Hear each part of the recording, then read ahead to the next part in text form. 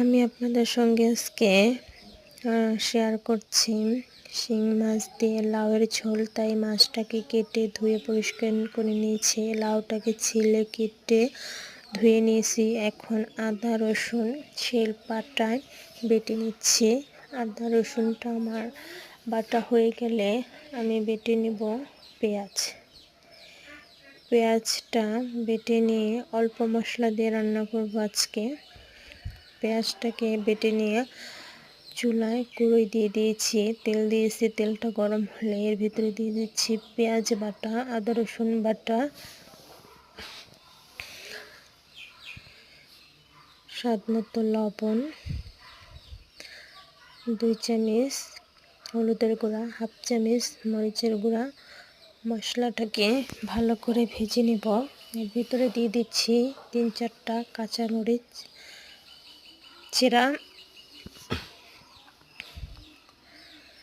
মশলাটার গা থেকে যখন তেলটা ছেড়ে দেবে তখন একটু সামান্য পরিমাণে পানি দিয়ে মশলাটাকে ভালো করে মিশিয়ে নেব। এই দেখেন গা থেকে তেল ছেড়ে দিয়েছে। এখন দিয়ে দেব অল্প পরিমাণে পানি।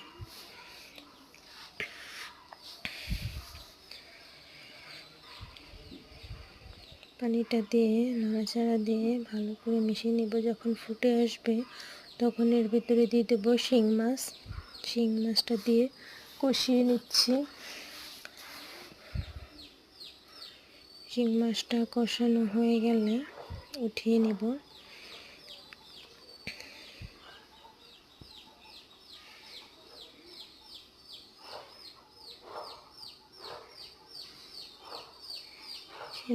মাছটা হয়ে গেছে, এখন দেখছেন তুলে নিয়েছি আমি একটা বাটিতে। এখন দিয়ে দিয়েছি লাউটা দিয়ে ভালো করে নাড়াচাড়া দিয়ে সিদ্ধ করে নেব। এখন দিয়ে দিয়েছি পানি।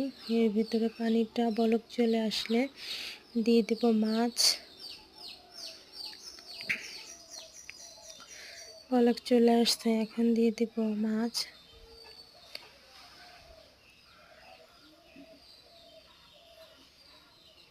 মাছটা দিয়ে কিছু সময় জাল করে নেব। এরপরে দিয়ে দেব ধনিয়া পাতা কুচি।